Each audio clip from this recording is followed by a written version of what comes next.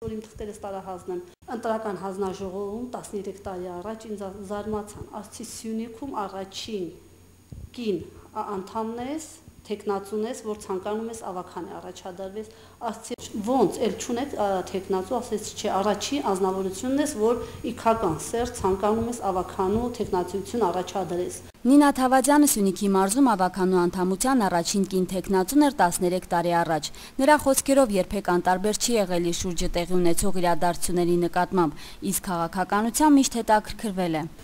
Միտքս մի անգամից փոխվեց, ասացի ես պիտի դնեմ իմ ավագանու թեկնածությունս մեր համայնքի խնդիրների լուծման, առաջքաշման այդ նպատակի համար։ Նինա Թավադյանի մուտքը քաղաքականություն տարիներ առաջ միանշանակ չընդունվեց, ընտանիքի անդամներն ու հարազատները խորհուրդ էին տալիս հեռու մնալ քաղաքականությունից, առավել ևս երբ որպես կին առաջին քայլը կատարողն էր։ Զարմացան, ասացին, եթե մենակ դու ես ինչի ես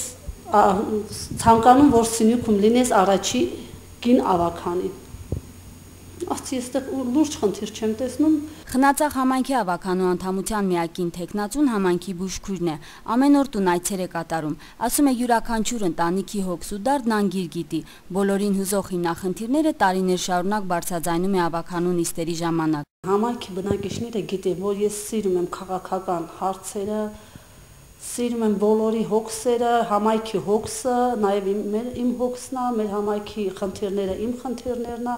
Նինան արդեն 5-րդ անգամն է իր թեկնածությունն առաջադրում, նախորդ ընտրություններում մրցակիցների նկատմամբ մշտապես աչքի ընկել ձայների առավելությամբ, հավանաբար դա նրանից է, որ հետամուտ եմ եղել համայնքի յուրաքանչյուր բնակչի խնդրի լուծմանը, ասում է ավագանու անդամության թեկնածուն։ Մեր նիստերի ժամանակ իմ խոսքս, իմ առաջադրանքս ավելի